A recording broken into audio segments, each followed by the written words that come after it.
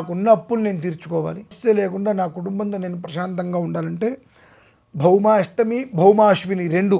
భౌమాశ్విని అంటే మంగళవారం అశ్విని నక్షత్రంతో కలిసి రావడం ఒకటి, మంగళవారం అష్టమితో రావడం ఒకటి. ఈ రెండు ఇటువంటి వాటి నుంచి ఊబిలో కూరుకుపోయిన వాటి నుంచి బయటికి తీసుకొస్తుందమ్మా.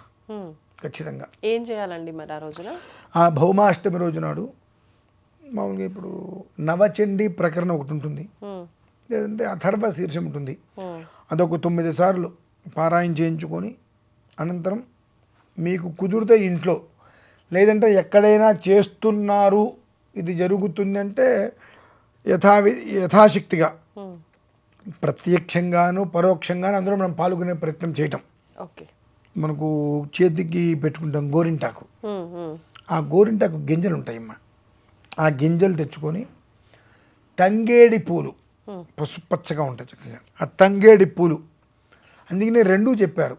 ఆప్షన్ అంటే ఏదైతే అది, రెండు దొరికితే రెండు, లేదంటే ఏదన్నా దొరికితే దొరికింది, అది ఆ రెండు తీసుకొని తేనెలో ముంచి అమ్మవారికి హోమం చేయటం.